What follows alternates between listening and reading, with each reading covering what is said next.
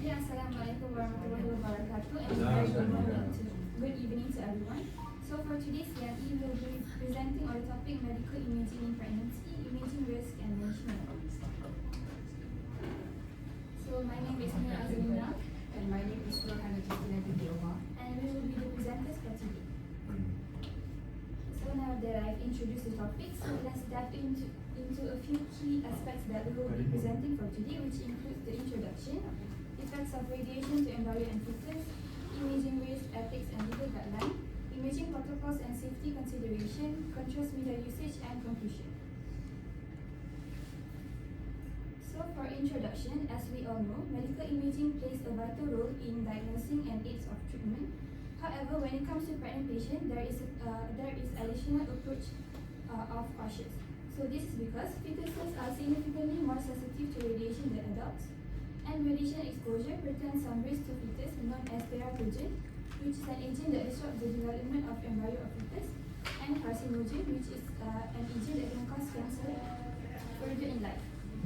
So with this concern in mind, I will also emphasize the importance of applying ALARA principle, which is keeping radiation exposure as low as reasonably achievable as a cornerstone of safe and responsible imaging procedure. So ALARA is a fundamental radiation safety that is aimed at minimizing radiation exposure to both patient and healthcare workers without compromising the quality care and the diagnostic value of image. Lastly, the ALARA principle is based on the assumption that no level of radiation dose is safe. Therefore, every small doses carries a potential for biological effects, especially in vulnerable populations such as pregnant patients and fetuses. So with that overview in mind, let's now take a closer look at one of the most critical aspects of this subject, which is the effects of radiation to embryo and fetus. So due to ethical purposes, research on fetuses are complicated and often become inconclusive due to limited data. Therefore, the effect of radiation on fetus has been derived from animal studies, human exposure to diagnostic and therapeutic radiation, such as atomic bomb radiation at Hiroshima and Nagasaki in 1945, and the fallout of Chernobyl nuclear power plant explosion in April 1986. So there are a few factors that affect the fetal risk, such as firstly, the amount of dose. Higher dose procedures give higher dose radiation to fetus and thus increases the risk. The second factor is stages of gestation during the exposure. So risk is most significant during organogenesis during the first trimester, less in the second trimester, and least in third trimester. So for pregnancy, it can be divided into three phases, which is the first trimester, second trimester, and third trimester. So during the first trimester, which is the first to 12 weeks, this is the period of rapid development of fetuses, whereas the baby develop their body structure and major organs are formed. So during the second trimester, which is 13 to 27 week, the fetus continue to grow and organ systems start to mature. And for the third trimester, it is when the organs also still maturing and fetuses gain weight and prepares for birth. So other than trimester, pregnancy can also be divided into stages of gestation, which is pre-implantation, organogenesis, and fetal period. So pre-implantation and organogenesis occurs during the first trimester of the pregnancy. And meanwhile, fetal period occurs during the second and third trimester. So for pre-implantation, it occurs during the first to 2 weeks after fertilization, organogenesis during the 2 to 8 weeks after fertilization, and fetal period during week 8 until birth.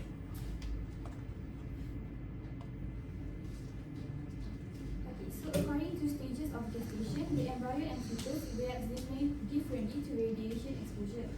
So during pre-implantation, which is the fertilization of egg and implantation in the wall of uterus, the embryonic cells are rapidly growing and not well differentiated yet.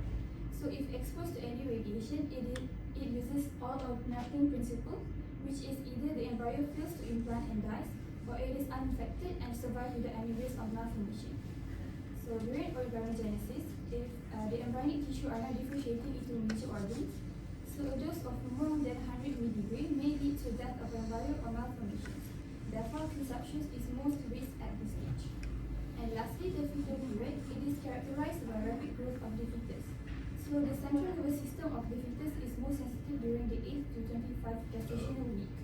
This is because during the 8th to 17th week, the number of neurons in the developing brain increases rapidly and neurons move into specific parts of the brain. But after 17th gestation week, no further cells division occurs in the fetus's brain. Therefore, high fetal doses during the late pregnancy, more than 25 gestational weeks, are not likely to result in any malformations. So when we talk about radiation dose effects to human, it can be divided into two effects, which is deterministic effect and stochastic effect.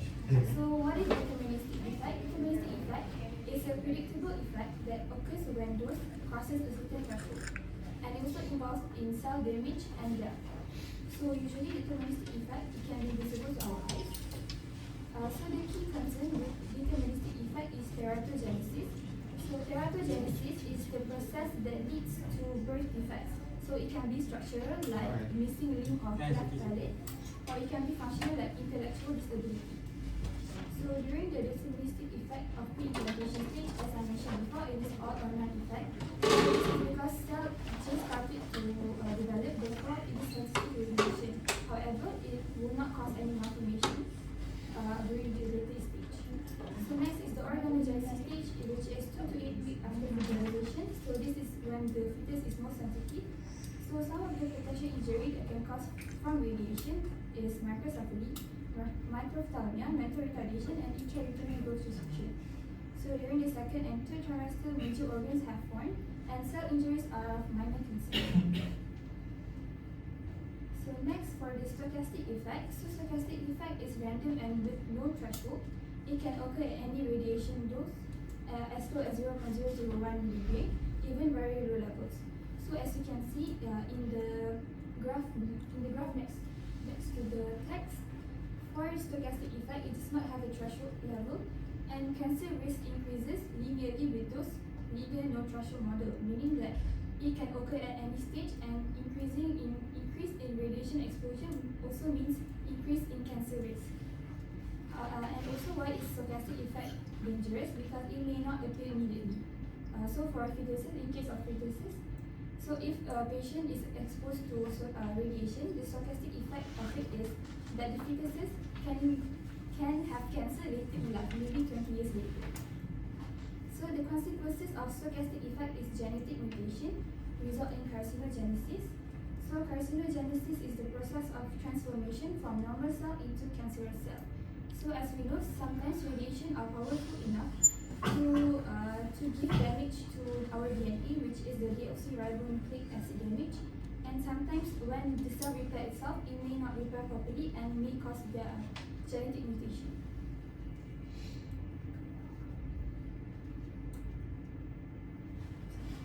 Okay, so the deterministic and stochastic effect can be simplified into this graph, which is for this deterministic, it is an exposure at high radiation dose, which is early and predictable effect. Meanwhile, stochastic, the severity is independent of the dose and occurs at any amount of ionizing radiation. It is late and non-predictable. So now I will explain imaging ways for imaging modalities that produce ionizing radiation.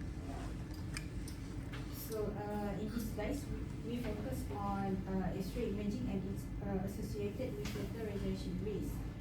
Conventional X-ray assumes that do not involve direct exposure to the abdominal that do not involve direct exposure to the fetus or the abdominal area generally result in almost zero radiation exposure to the fetus. So this means that most general X-ray considered safe in terms of fetal radiation. Even if the fetus is in the field of view during the examination, so no single diagnostic X-ray has radiation dose significant enough to cause adverse effects in developing embryo of. So the estimated radiation dose to the fetus can range from 0.001 milligray to 10 milligray depending on the type of study. So for example, lumbar spine X-ray may contribute to higher dose with a maximum dose of up to 10 milligray but even in these doses remain below the threshold of 50 milligram, which is considered the safe exposure limit to prevent significant harm. And as shown in the table, the approximate fetal doses for common diagnostic procedure vary, which is a chest X-ray result in a negligible dose of less than 0.01 milligram, while an abdominal X-ray has a mean dose of 1.4 milligram and can reach to a maximum of 4.2 milligram. And while most X-rays procedure involve low doses of radiation, it is important to note that CT scans tend to deliver much higher doses. For instance, an abdominal CT scan result in doses as high as 49.6 milligram, and therefore, while routine X-ray are generally safe, CT scan and fluoroscopic exams which involve higher doses of radiation should be used cautiously, especially during pregnancy. And then, so in this slide, so we've explored the radiation exposure level from X-ray procedures and the specific content regarding fetal safety. So as you can see, the lumbar spiral graph, which has a maximum dose of 10 milligram, result in a higher dose compared to the other X-ray, higher dose compared to other X-ray exam. However, even with this dose, it remains significantly lower than the 50 milligram threshold that is significantly lower, that is considered the safe limit for preventing harm to the fetus. Next, so this threshold is crucial because it helps guide the assessment of risk when conducting imaging procedure on pregnant patients. A dose greater than the 50 milligram could pose a risk to fetal development, but doses below this level are generally considered safe. And also, it is important to note that the caution should be taken when multiple radiographs are conducted, especially in trauma cases. In such cases, the cumulative dose could increase and may exceed safe limits. This is particularly relevant in emergency situations where several X-ray procedures might be necessary, and careful consideration of total radiation exposure is critical. So, the table on the right also provides a breakdown of fetal doses from different diagnosis procedures. For example, lumbar spine X-ray have a higher dose up to 10 milligram, while abdominal X-ray have a mean dose of 1.4 milligram with a maximum dose of 4.2 milligram. And then chest X-ray have the lowest radiation exposure, generally resulting in doses of less than 0.01 milligram. So by reviewing these numbers, it's clear that the radiation exposure from most X-ray procedure is quite low and is safe for the fetus. But however, careful monitoring and justification of imaging procedure are crucial, especially when higher radiation doses like those from CT scan or fluoroscopy are involved.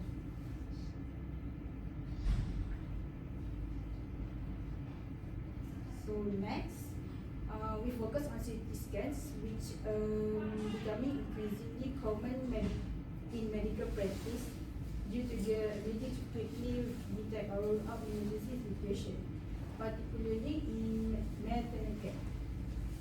So one of the main advantages of CT scans over MRI is their speed and ease in acquiring image, which make them an ideal choice in urgent clinical setting. So this is one of the reasons why CT scans are often preferred when immediate results are needed for the diagnosis of emergency conditions. However, the primary limitation of CT is that it uses ionizing radiation, which will result in higher radiation doses compared to conventional X-ray. the doses that associated with CT scan are concerned, especially when it comes to the fetal exposure during pregnancy. And then ionizing radiation can pose risk to the fetus, and CT scan should be used cautiously in pregnant patients. So, while CT doses are higher, the radiation level used in routine CT examinations, including abdominal pelvic scans, generally do not exceed 100 milligram.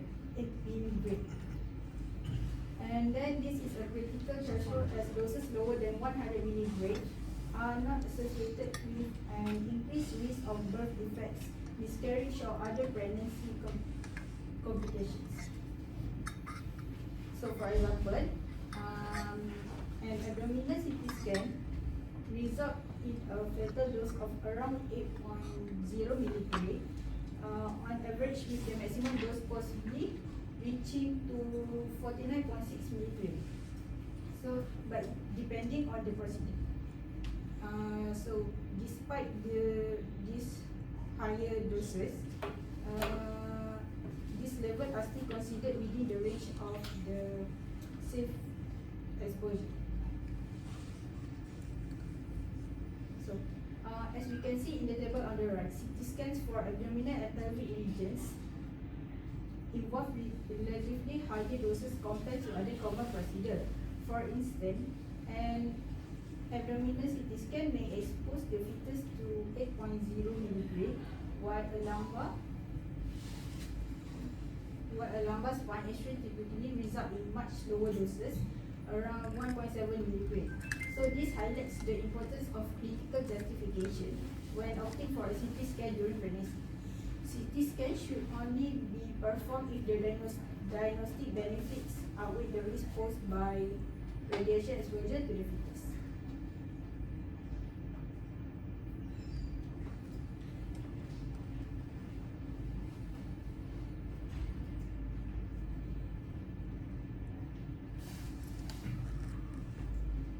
Okay, moving on to the next slide.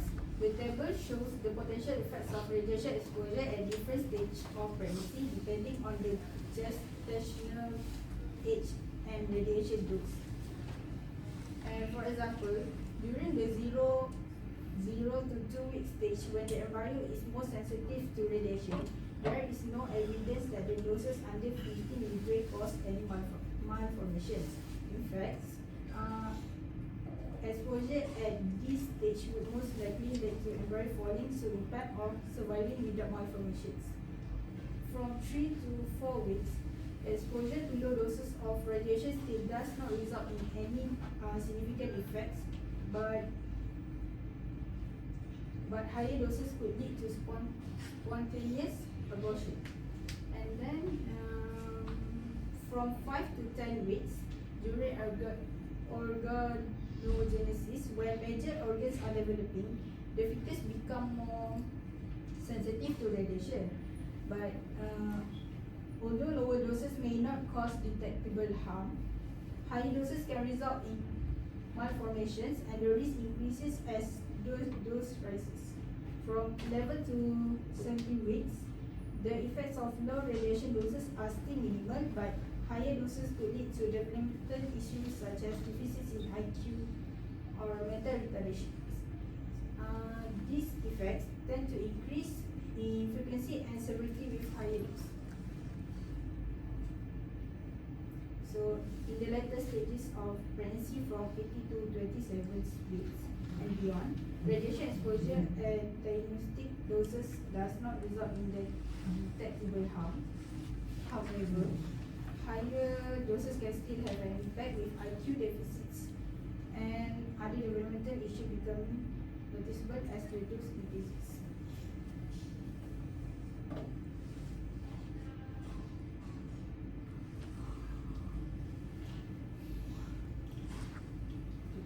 So now I will be explaining about radiation risk for pregnant patients. The first one is miscarriage. So it can happen when high radiation doses from exceed 50 to 100 milligram during the first 0 to 2 weeks of pregnancy before implantation. It can cause spontaneous abortion, which is miscarriage due to damage to the developing embryo, either causing it to stop growing or preventing implantation in the uterine wall. And then the next one is fetal malformations. So it can happen when the radiation exposure during the organ formation phase from weeks 2 to 8 weeks. When fetal organs are developing, it can cause birth defects in the developing heart, brain, spine, and limb, as radiation can disrupt the normal cell division process that form these organs. And then the next one is intrauterine growth restriction, IUGR. So, radiation exposure that disrupt the placental function, affecting nutrient and oxygen transport to the fetus.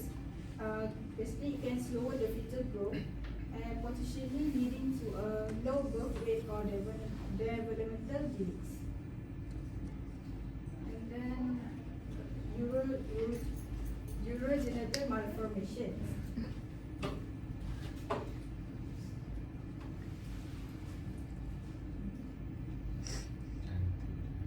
So, with high levels of radiation exposure greater than 100 milligray, it can lead to abnormalities in the development of the kidney, bladder, and reproductive organs in the fetus.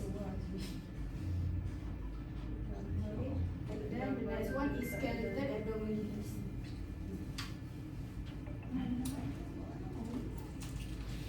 So it can happen when the exposure to significant radiation doses greater than 100 milligray. Basically, it can cause the bone malformations, venous growth, or fractures in the developing fetus. And then neurodevelopmental delay or intellectual disability. Radiation exposure between week 8 to 15 of pregnancy, when the fetal brain is highly sensitive, it can cause cognitive delays or intellectual disabilities due to disrupted brain development. And then microcephaly. Radiation exposure during early second trimester, which is 8 to 15 weeks, will affect neuroprogenitor cells in the brain, and basically will reduce the brain size, which can lead to the developmental delays and cognitive impairments. And then the next one is childhood cancer.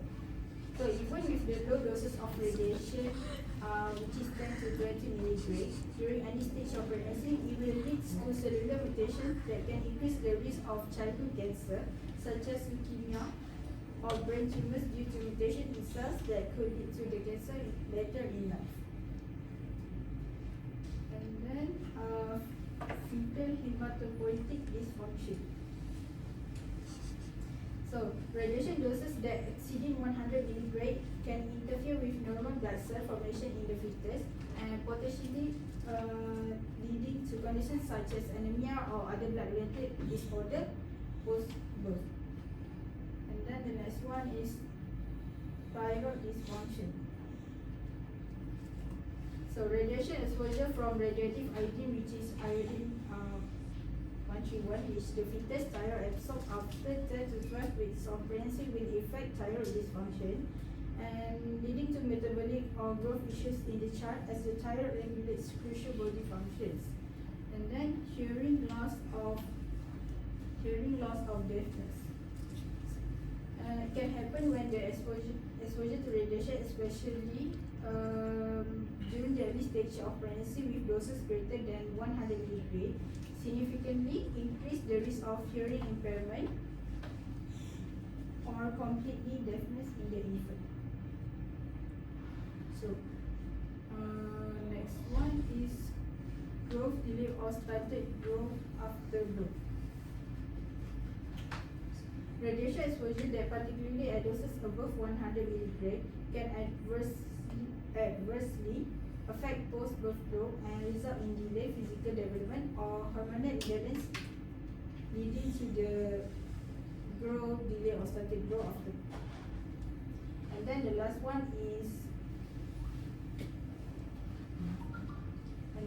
is cataract. Radiation exposure during pregnancy, particularly at doses exceeding 200 milligrade, basically it can lead to the development of congenital cataracts, which may result in impaired vision after. Okay, so other than ionizing radiation, non-ionizing radiation can also cause imaging risk for fetus. Okay, so for MRI, currently no harmful effects have been documented on developing human fetus exposed to different MRI fields, 1.5 or 3 Tesla used in clinical practice. However, potential risks are only theoretical and related to specific MRI technical parameters. So there are several theoretical risks of MRI arising the effects of risk to fetus, which is static magnetic field B0, time-varying magnetic fields, and radio frequency pulses. So some of the risks MRI can cause, which it is tissue heating and potential impairment of fetal hearing. So MRI during the first trimester is absolutely prohibited. So this is because theoretical risks during the first trimester will include a disruption in cell proliferation, migration or differentiation, and damage to cells on organ system due to heating. This cell damage could either result in miscarriage or potentially injury to specific organ systems. So exposure to RF forces may also result in tissue heating and damage during the organogenesis stage. And annual research has been conducted during the first trimester of pregnancy, documenting growth restriction, eye abnormalities, and miscarriage, although this study may not be generalizable to humans. So regarding tissue heating, however, when we scan a pregnant patient, the tissue heating is most concerning at the front part of the scalp, front part of the tissue. Therefore, so when we scan the pregnant patient, the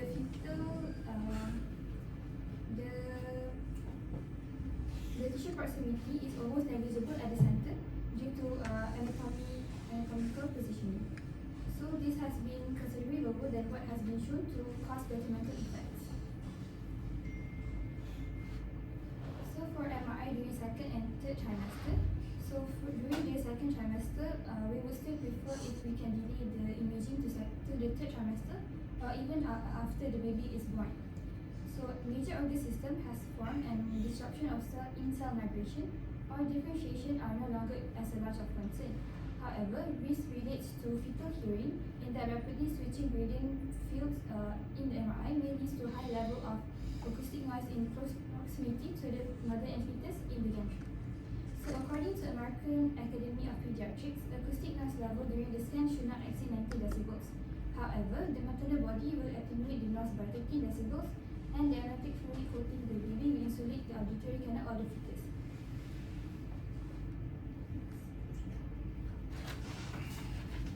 So when we talk about pregnant patient, we also have to talk about ethics and legal guidelines.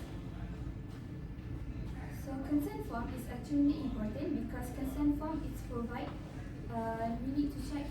Consent form is important before doing any examination because it protects both the patient rights and also the radiographer in charge that are doing examination. So this consent form, it serves as a proof that the patient is screened and also explained beforehand about the risk of the examination. So therefore, when we perform the examination, our responsibility do not lie on the harm to the fetus. So, but even if the responsibility do not fall on the radiographer, we still need to check the consent form and need to check the consent form whether it is declared by the specialist or by other doctors. Consent form is only to be declared by specialists only if the patient is incoming to the X-ray or any modalities signed by other doctors such as LISHO or MO. The eligibility of the consent form is invalid. So therefore, radiologists need to be consulted if such situation occurs, and other doubt about examination arises, such as if the requested part is at the right side, but the patient complains on the left side. Therefore, radiologists also need to be consulted.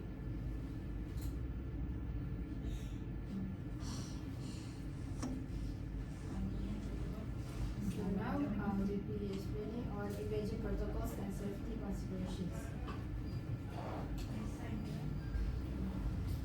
So these are the general rule that we need to, basically it's like a protocol.